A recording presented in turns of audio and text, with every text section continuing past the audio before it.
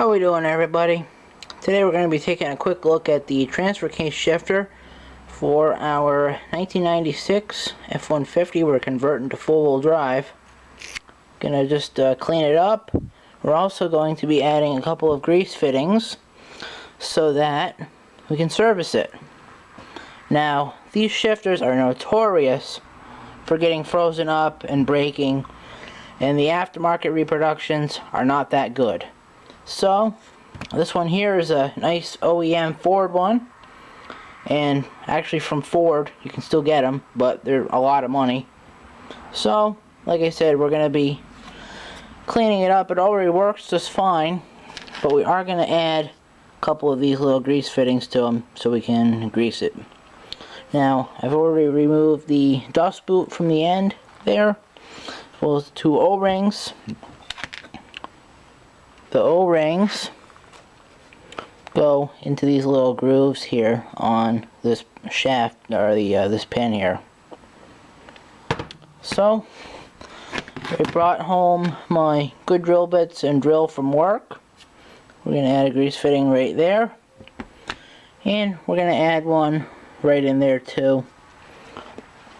So let me drill it, tap it, put the grease fittings in, and I'll bring you guys right back. And just for your information, these grease fittings are quarter 28. So let me do that, bring you guys back. Alrighty, got both of our grease fittings installed now. Now, at every oil change, we'll be able to get a couple of pumps of just regular old little wheel bearing grease in there.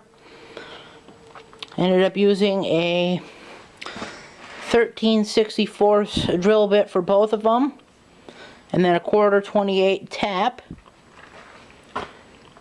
Now we just got to clean up our chips.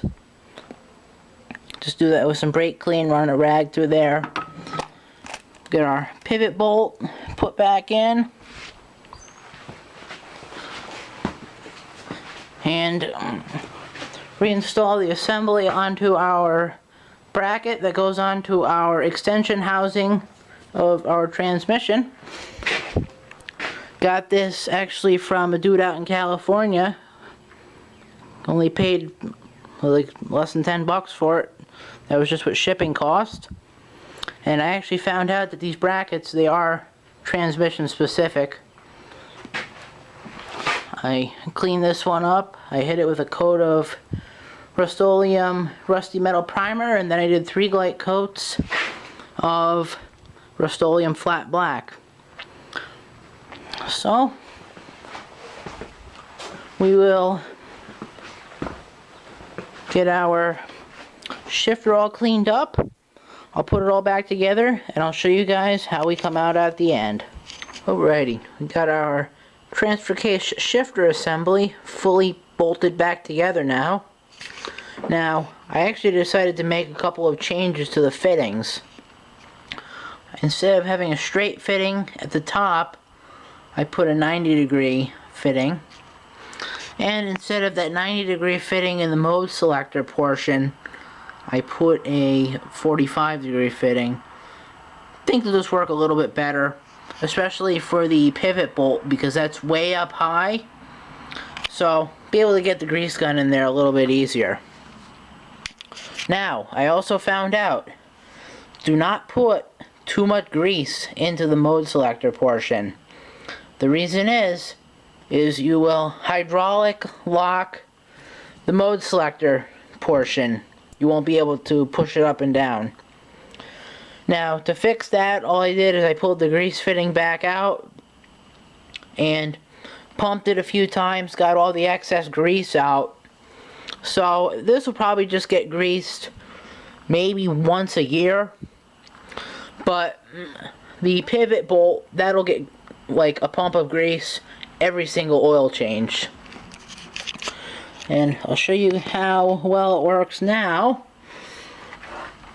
Set you guys up here. Alrighty, we're in the two-wheel drive high position.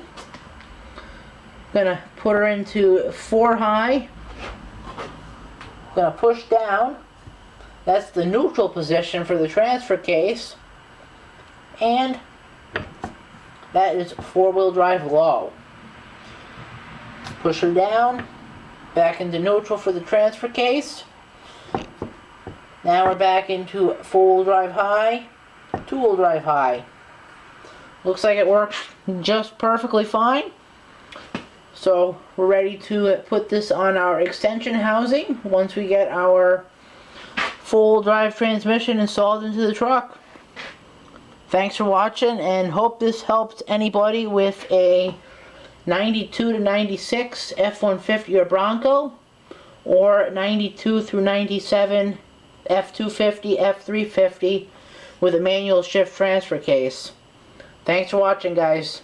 Bye.